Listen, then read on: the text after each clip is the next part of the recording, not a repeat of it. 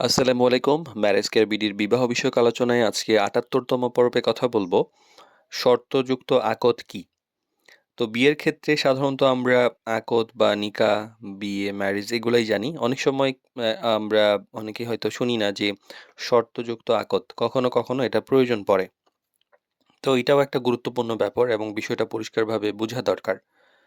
তো শর্তযুক্ত আকদ ব্যাপারটা এরকম যে এটা এরকম একটা নিকাহ বা বিয়া যেখানে যে আকদের সময় কিছু নির্দিষ্ট শর্ত যোগ করা হয় যা উভয় পক্ষে সম্মতি হয়ে গ্রহণ করে। অর্থাৎ বিয়ের সাথে কিছু চুক্তির ব্যাপার থাকে বা শর্ত থাকে। তো উদাহরণ হিসেবে বলা যেতে পারে যে ধরেন স্ত্রী পড়াশোনা চালিয়ে যেতে পারবেন কিনা, স্ত্রী চাকরি করতে পারবে কিনা, আলাদা বাসায় থাকতে হবে কিনা, নির্দিষ্ট শহরে থাকার শর্ত থাকতে পারে, কোনো বিশেষ পারিবারিক দায়িত্ব থাকতে পারে, বাচ্চা লালন পালন করার দায়িত্ব থাকতে পারে বা অন্য কোনো শর্তও থাকতে পারে। তো এই বিষয়গুলো আগেই পরিষ্কার করে নেওয়ার জন্য আকদের সময় শর্ত হিসেবে ধরে রাখা হয়। তো শর্তটা কেন রাখা হয়? তো শর্ত আসলে উদ্দেশ্যটা হলো ভবিষ্যতের ভুল বোঝাবুঝি কমানো। কারণ বিয়ে তো মানুষ শান্তির জন্য করে, অনেক সময় এইগুলা না পরিষ্কার থাকলে ভবিষ্যতে অশান্তি তৈরি হয়।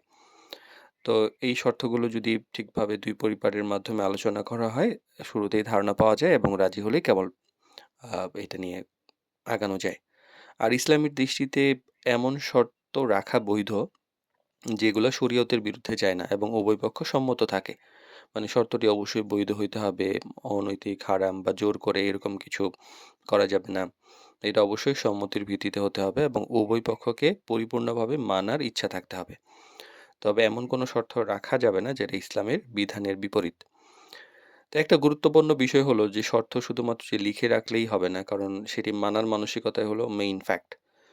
শুধু যে আনুষ্ঠানিকতার শর্ত রাখলাম, পরে আ মানলাম না বা কোনো স্বার্থ হাসিলের উদ্দেশ্যে শর্ত মানলাম, পরে মানলাম না, এটা কিন্তু আরো সমস্যা বেশি তৈরি করে।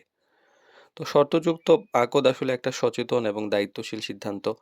তো সেক্ষেত্রে আ এই সম্পর্কে শুরুতেই এই ব্যাপারগুলো পরিষ্কার থাকলে ভবিষ্যতের সমস্যাগুলো থাকে না। তবে শর্ত অবশ্যই যুক্তিসঙ্গত, বাস্তবসম্মত এবং সম্মানের সাথে নির্ধারণ করা অনেক বেশি উচিত।